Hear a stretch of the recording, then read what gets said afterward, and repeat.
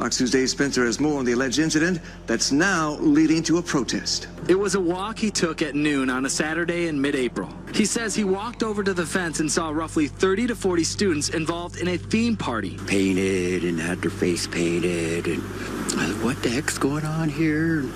Oh, we're honoring you. I said, well, that wasn't, honoring, that was racist. And then at that time, that's when it really got ugly. Phillips says he was then bombarded with racial slurs. One, he says, even threw a beer can. I would have stayed right where I was at. It would have hit me in the head, but I backed up and hit me in the chest. He'd had enough at this point and says he called police. Whoever would sit judgment on them, the university, the law, society, that's their job. I'll pray for them. In a statement late today, Ypsilanti police said there is no indication that the partygoers maliciously intended to harass him because of his heritage. And then it becomes this thing of like, oh, these kids, they harassed this man, and this, this is this horrible story. And then you see the additional videos come out, and I go, if I was the news, I'm like, surely you guys could have just searched on social media before reporting the story.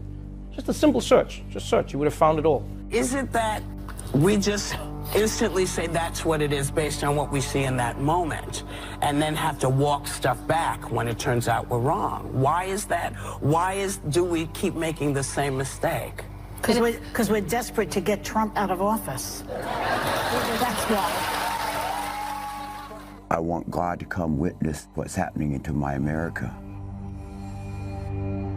Okay, this is pretty big news being covered by a lot of outlets, and it's very interesting what's going on here. A federal judge in Kentucky on Monday partially reopened Covington Catholic High School student Nicholas Sandmann's $250 million defamation lawsuit against the Washington Post, which the same judge dismissed in July. The new ruling by District Judge William O. Bartlesman is based on an amended filed complaint by Sandmann's legal team. The decision permitted Sandmann to obtain documents from the Post during an upcoming discovery process, as his lawyers have sought to argue that the paper negligently covered Sandmann's interactions with a Native American man, Nathan Phillips, we know all about that guy, while the student wore a red Make America Great Again hat and stood outside the Lincoln Memorial in January. Can you even believe it's been that long ago now? As some of you may know, my son Nicholas Sandmann was the victim of the most sensational Twitter attack on a minor child in the history of the internet. The attack on Nick was shown how far out of control social media has become. Although my family has retained some of the best attorneys out there to pursue our civil claims against the mainstream media and Twitter mob, I believe legislation to criminalize the worst tendencies of the Twitter mob is vital to restoring public discourse. Referring to other outstanding lawsuits concerning those outlets' coverage of the episode, Todd V. McMurtry, one of the lawyers for Sandmann's family, tweeted, "The ruling bodes well for the NBC and CNN cases as well." The Post did not immediately comment. Wonder why.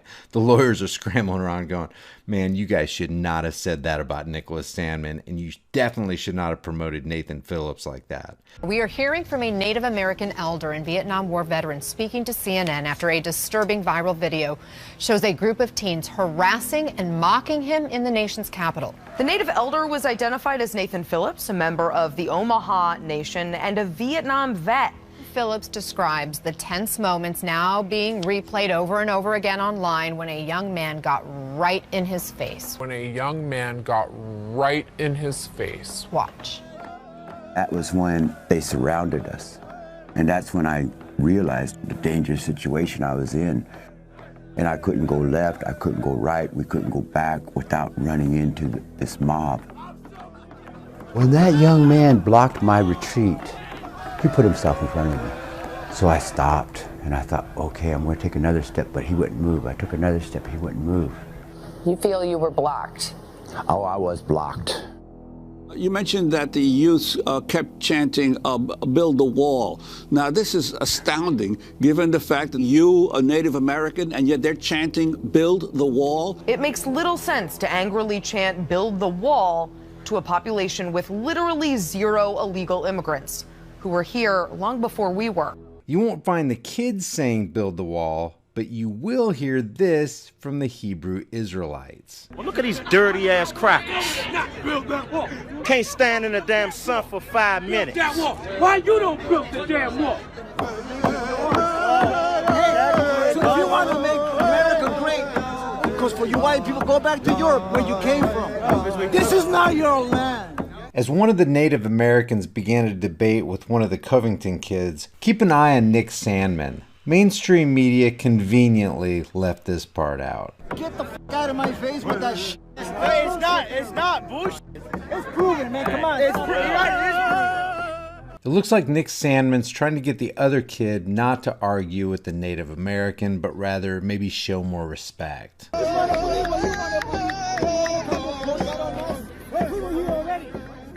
Sandmann was one of a group of Covington students from Park Hills, Kentucky, attending an anti-abortion March for Life in Washington, D.C. Phillips was attending the Indigenous Peoples March on the same day. Videos documenting Sandmann's encounter with Phillips went viral, including some clips that did not show the full incident. Incomplete video clips posted online prompted widespread accusations that Sandmann was a racist, that's the favorite fallback, who had approached Phillips and mocked him. The Diocese of Covington Catholic High School quickly condemned Sandmann's behavior and vowed discipline. Of course, that was Sandmann's reported behavior by the likes of the Washington Compost Pile and the New York Slimes. Within days, though, more complete footage from the day showed several members of the Black Hebrew Israelites, a fringe religious group, heckling Sandmann and his classmates with homophobic and racist language. You're not supposed to worship eagles, buffaloes, That's right, rams, right. all types of animals. That's right. This is the reason why the Lord took away your land. Indian means savage. You know where that name came from? You know where that name came from? It came from the so-called white man. Indian means savage, brother. I don't know where you got that from. Look it up, brother. I did look it up. I'm a historian. You'll find it out for yourself. This is the problem, Israel. There's always our women thinking they can come and distract things with their loud ass mouth because they not used to dealing with no real men. You nigga, get your old Uncle Tom ass out of here. That's the damn Uncle Tomahawk. That's right. That's Uncle Tom's. Your Uncle Tomahawk. That's right. Got your head up the white man's ass. On the back of your dollar bill, it says, "In God we trust," but you give faggots rights. The Bible condemns homosexuality, man. They're still humans. This is a bunch of future school shooters. How you gonna tell somebody to go to shoot up a school? That's like really rude, man. That's racist, North bro. American, when you get old enough, they're gonna steal your organs. Whoa, hey. Why you being mean? Hey, we love you, kid. Hey, we love you. He said he's a product of sodomy and he's proud. It's not rape if you enjoy it. See that? He just not good at cooking. Bunch of Donald Trump incest children. Are the buses here yet? Where are the buses? And of course, even after that was disclosed, nobody of any import really came down on the Black Hebrew Israelites. I wonder why that was. Then Phillips could be seen approaching Sandmann and banging a drum just inches from his face while Sandmann stared ahead. Judge Bartlesman's ruling specifically concerned reporting by the Post, citing claims by Phillips that Sandmann had blocked him and, quote, would not allow him to retreat.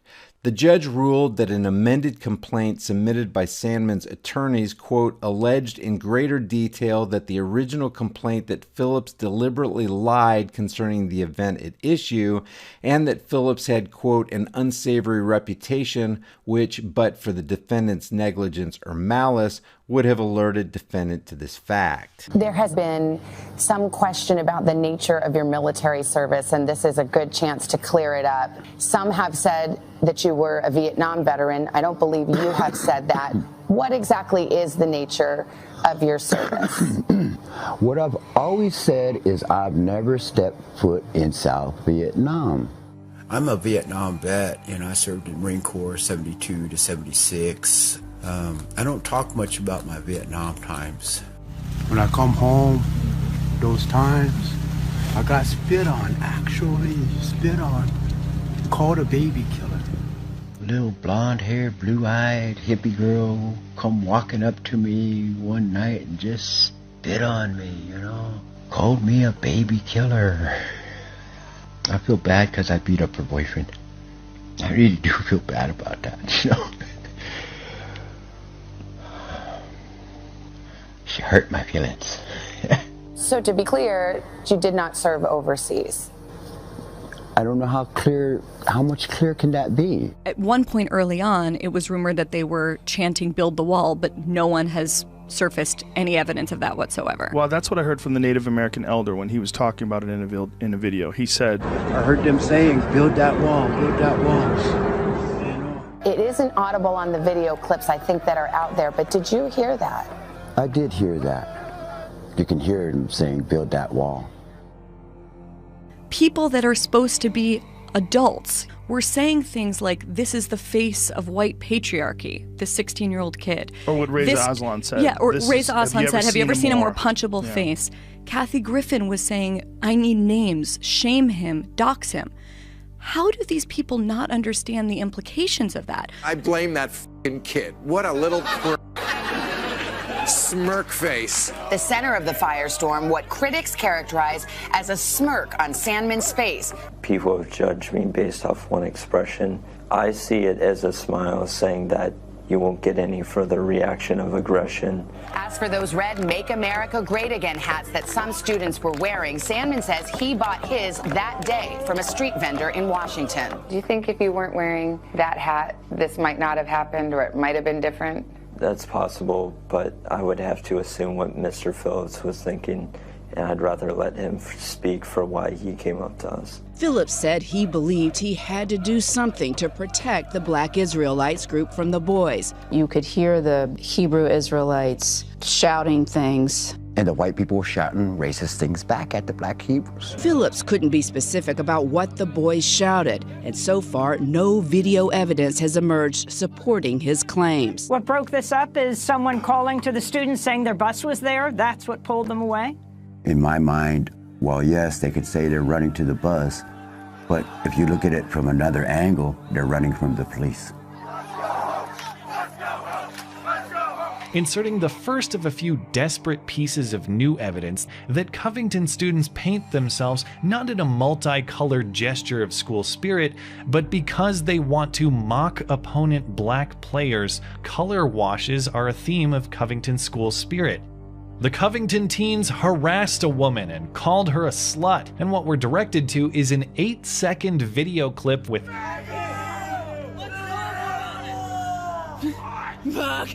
never mind that the poster of it engages in the same type of hateful language we're trying to crucify other people for. Doesn't matter, 70,000 plus retweets. We are here in peaceful gathering to have Uncle Nate read demands of the indigenous folks of this land to the Catholic Church as a whole entire organization.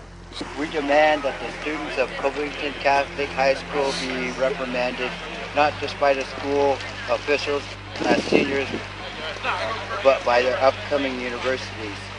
Nate has fought for us overseas. What the hell is going on here? Now this is a peace circle?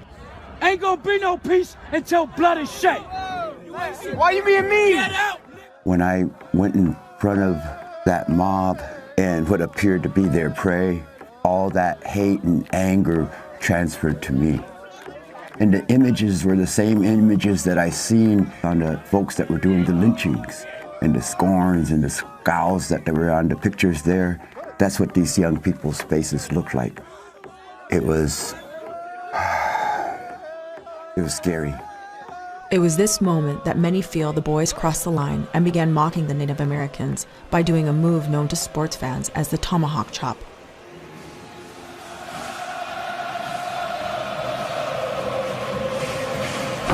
The judge noted that the new complaint, quote, also alleges that Sandman could be identified as the subject of Phillips' statement by reason of certain photographs of Sandman and the videos of the episode. In a 36-page ruling in July that dismissed all of Sandman's claims based on his initial complaint, Judge Bartlesman said that the Post never mentioned Sandman by name in its initial coverage of the incident, referring only to groups of, quote, hat-wearing teens. The judge maintained that, quote, the words used contain no reflection upon any particular individual and thus could not be constituted as defamation.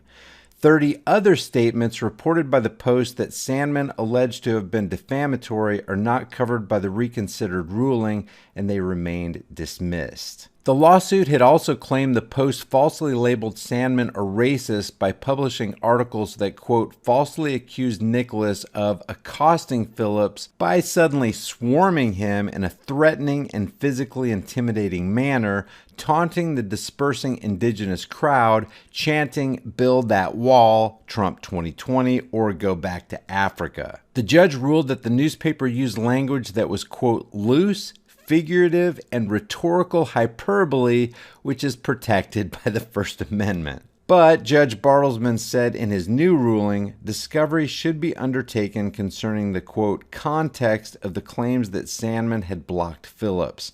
After discovery, the judge could make a summary judgment ruling or send the case to trial. In a statement to the Washington Times, McMurdy said the ruling, quote, preserves the heart of Nicholas Sandman's claims. So what do you guys think? Should they reopen the case? Should the Washington Post be made to pay for the defamation? What's your take on this? Leave your thoughts for the world and the Google Thought Police in the comments section below, and I'll see you guys in the next heavily censored shadow ban video.